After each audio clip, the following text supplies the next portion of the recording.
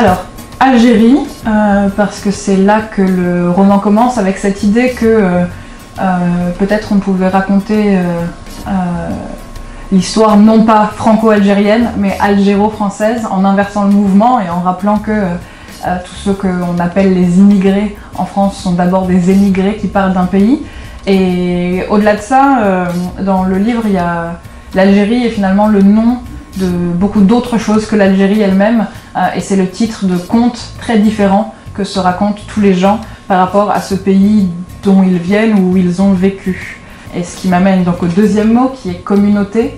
Il y a dans le livre cette idée aussi que parfois les gens avec qui on vit, les gens qu'on choisit pour vivre avec nous, c'est des gens qu'on choisit parce qu'on est tombé d'accord sur une même version de l'histoire et qu'on n'a pas besoin de tout raconter et de savoir qui est les bons, qui sont les bons, qui sont les mauvais.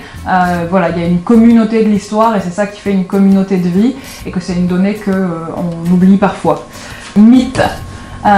Mythe parce que j'avais envie qu'on puisse dans le livre s'interroger justement sur qu'est-ce qu'est la fiction, qu'est-ce qui est de l'histoire avec un grand H, et à quel moment l'histoire et les légendes se confondent.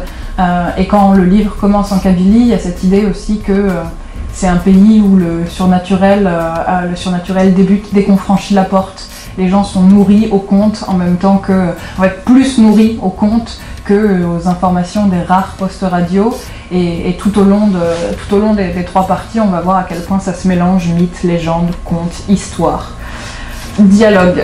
Alors, on peut penser au dialogue entre les deux rives de la Méditerranée, puisqu'il y a un pas de deux entre l'Algérie et la France tout le temps, comme une sorte de danse amoureuse avec ces moments de rupture, de déchirement, de violence extrême. Mais aussi dialogue parce que pour faire exister des personnages, moi j'ai besoin d'entendre leur voix.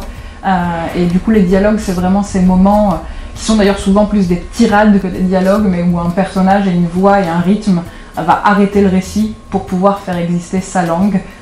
Et je trouve que c'est une des parties importantes, en tout cas pour moi, dans la construction de l'art de perdre, ça a été de donner ces temps à des voix directes. Culture parce que toute l'idée de rapport au pays d'origine dans l'art de perdre, c'est cette idée qu'en fait un pays ça se passe pas dans le sang. Un pays ça se transmet pas de chromosome à chromosome, que ça se transmet, et donc en fait un pays c'est une culture. C'est pas une biologie, c'est pas un héritage génétique. C'est un pays, c'est son art, c'est son histoire, c'est sa langue, c'est son art de vivre. Et donc il faut qu'il soit raconté, sinon il se perd. Et pour être raconté, finalement, on n'a pas besoin forcément que ce soit la famille. Ça peut être les artistes, les intellectuels, les amis qu'on croise au hasard du chemin.